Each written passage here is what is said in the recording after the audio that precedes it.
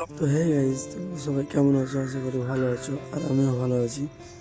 তো আজকে সকালবেলা ঘুম থেকে উঠে ডিউটিতে যাওয়ার জন্য বেরালাম। তো আজকে তামিলনাড়ুতে বৃষ্টি হয়েছিল অল্প অল্প, তোমরা দেখেছো অবশ্যই। তো এই বৃষ্টির মাঝে আমরা ডিউটিতে যাওয়ার জন্য বেরিয়ে গেলাম। তো কাজের সাইডে এলাম, আসার পরে এখানে বাইরে একটা আমাদেরকে সাজ্জা বার করতে বলেছিল। তো তাড়াহুড়ো করে এখানে আমি সেন্টারিংটা করতে লাগলাম, আর সেন্টারিংটা মারা হয়ে গেছিলো। তারপরে ওপরে চলে এলাম ব্রেকার নিয়ে, আর রুবেল এখানে ব্রেকারটা নিয়ে এসে তাড়াহুড়ো করে সেট করছিল।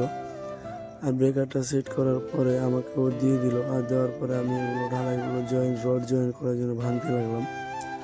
আর অনেক কষ্ট হচ্ছিলো, এটা বাইরে কাজটা। তো তাড়াহুড়ো করে আমি ব্রেকার দিয়ে ভাঙলাম, ভাঙার পরে একটা ছোটো ড্রিলিং মেশিন দিয়ে আবার ফুটো করছিলাম। আর এগুলো ফুটো ফুটো করলাম, করার পরে কিছু রড ফড কেটে নিলাম, করার পরে রডগুলো জয়েন করলাম। আর রড জয়েন করার পরে ফাইনালি ঢালাইটা করে দিলাম।